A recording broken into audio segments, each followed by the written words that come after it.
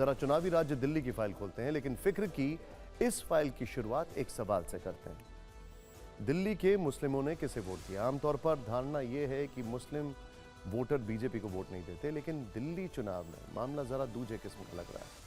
All India इमाम association के chief मौलाना साजिद रशीदी ने दावा किया है कि अपनी जिंदगी में पहली बार उन्होंने बीजेपी को वोट दिया है। उनके इस बयान ने चुनावी पंडितों को चौंका दिया। खुद मौलाना साजिद रशीदी ने कल वीडियो जारी करके दावा किया। एक बार सुनिए उन्होंने क्या कहा, फिर आपको आंकड़ों के आधार पर दिल्ली में मुस्लिम वोटर्स वाली पूरी पिक्चर दिखाएंगे।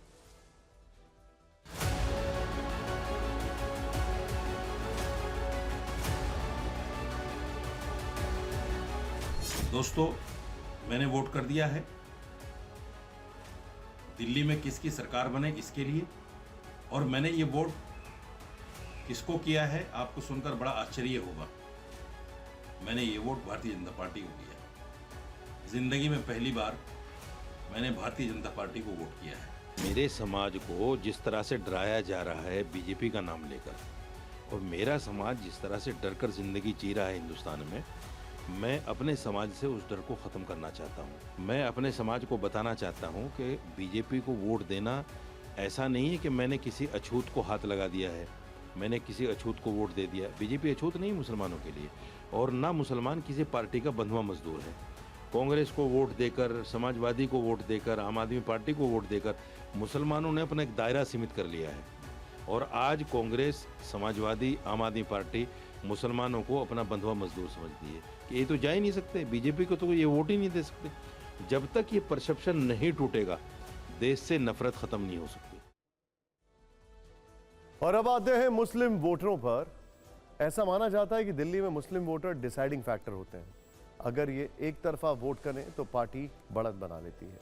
आंकड़ों के जरिए समझते हैं कि दिल्ली में क्या है पूरा कॉम्पोजिशन। देखिए, दिल्ली में करीब 13% मुस्लिम वोटर हैं, मुस्लिम आबादी है ये, लेकिन 2011 का सेंसस है। अभी एक्सपेक्टेड है कि करीब 15 से 16% है। 2 सीटों पर मुस्लिम आबादी करीब 50% है, और 6 सीटें ऐसी हैं जहां मुस्लिम आबादी 35% से ज्यादा है। उनमें से 1 सीट ऐसी है जिसपे सबसे बड़े मार्जिन से, मतलब दूसरे सबसे बड़े मार्जिन से, ओखला से आम आदमी पार्टी के अमरतुल्ला खान जीते थे पिछली बार। 2020 में 35% मुस्लिम आबादी वाली सभी 6 सीटें आम आदमी पार्टी ने जीती। एक का एग्जाम्पल मैंने आपको दे दिया। अगर 2020 के नतीजों से दिल्ली चुनाव को समझने की कोशिश करें तो CSDS के मुताबिक दिल्ली में 70 में से 8 मुस्लिम बहुल सीटें हैं। सभी 8 सीटों पर आम आदमी पार्टी को जीत मिली थी। पिछले चुनाव में मुस्लिमों की वोटिंग इतनी ज्यादा एक तरफा थी कि मुस्लिम बहुल 8 सीटों पर कांग्रेस की जमानत जब्त हो गई थी। पूरी दिल्ली की बात करें तो मुस्लिमों के 83% वोट आपको मिले थे, 83%। वैसे इस चुनाव में दिल्ली के 2020 वाले दंगे की छाया भी रही। AIMIM ने ओखला और मुस्तफाबाद से हिंसा के आरोप में जेल में बंद 2 व्यक्तियों को उम्मीदवार बनाया। एक्सपर्ट्स ऐसा दावा कर रहे हैं कि ओखला में शिफाउर रहमान और मुस्तफाबाद में ताहिर हुसैन ने मुस्लिम वोटरों को अपनी तरफ खींचा। ये दोनों AIMIM के उम्मीदवार हैं। अगर दंगों वाली सीटों का हिसाब समझें तो दिल्ली की सभी 70 सीटों पर भले ही 60.44% वोटिंग हुई हो, लेकिन सबसे ज्यादा 66.25% मतदान नॉर्थ ईस्ट दिल्ली जिले में रहा। जिस मुस्तफाबाद में सबसे ज्यादा हिंसा हुई वहां करीब 69% वोटिंग हुई है। अब सिर्फ 35 घंटे बाद यह क्लियर हो जाएगा कि दिल्ली में जहां कम और जहां ज्यादा वोटिंग हुई है वहां कौन जीत रहा है। लेकिन इस सवाल पर आज नेताओं के बीच काफी चर्चा हुई कि मुस्लिमों का असली रहनुमा कौन है।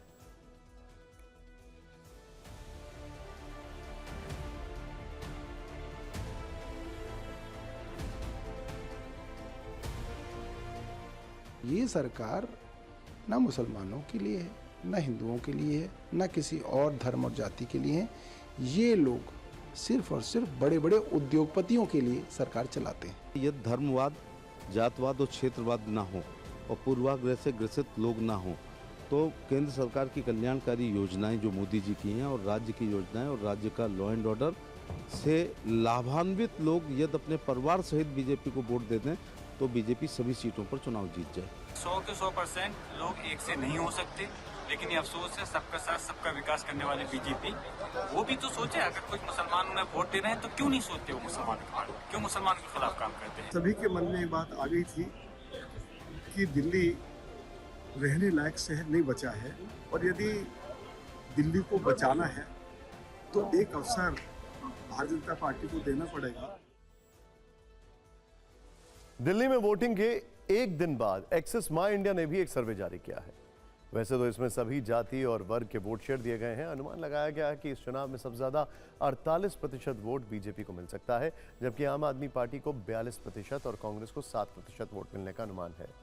अगर मुस्लिमों के वोट प्रतिशत का सर्वे देखें तो 74% मुस्लिम वोट आम आदमी पार्टी के पक्ष में जाने का अनुमान है, यानी मुस्लिमों का एक तरफा वोट अरविंद केजरीवाल के साथ दिख रहा है। 15% के साथ दूसरे नंबर पर कांग्रेस और 5% के साथ बीजेपी चौथे नंबर पर। यह एक्सिस माई इंडिया का सर्वे का अनुमान है। असली आंकड़े तो नतीजे के आने के बाद ही पता चलेंगे।